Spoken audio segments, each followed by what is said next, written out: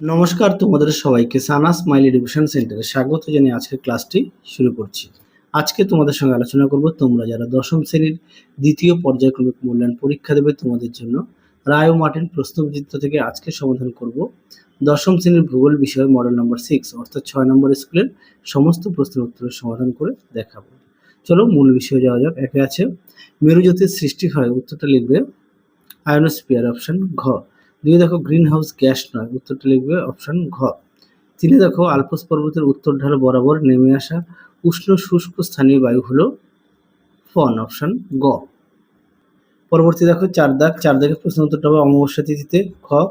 5 উত্তরটা হবে অপশন ক। 6 কি আছে সোনালী পানীয় হলো, উত্তরটা লিখবে চা, অপশন ক। 7 উত্তরটা হবে অপশন গ নেপথা। 8 উত্তরটা হবে অপশন গ 5000 জন।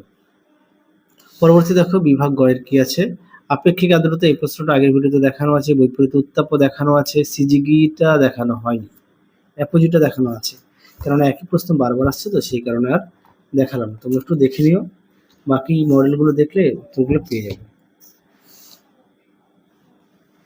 দেখো সিজিগিটা এখান থেকে লিখবে, দেখে নাও। পরবর্তী দেখো কি আছে, আচ্ছা এই পার্থক্যটা দেখানো আছে, বিশুদ্ধ কাঁচামাল কাকে বলে, এই প্রশ্নের উত্তরটা দেখানো হয়নি, এগুলো দেখানো হয়নি, সেগুলো আমি দেখিয়ে দিচ্ছি। দেখো বিশুদ্ধ কাঁচামাল,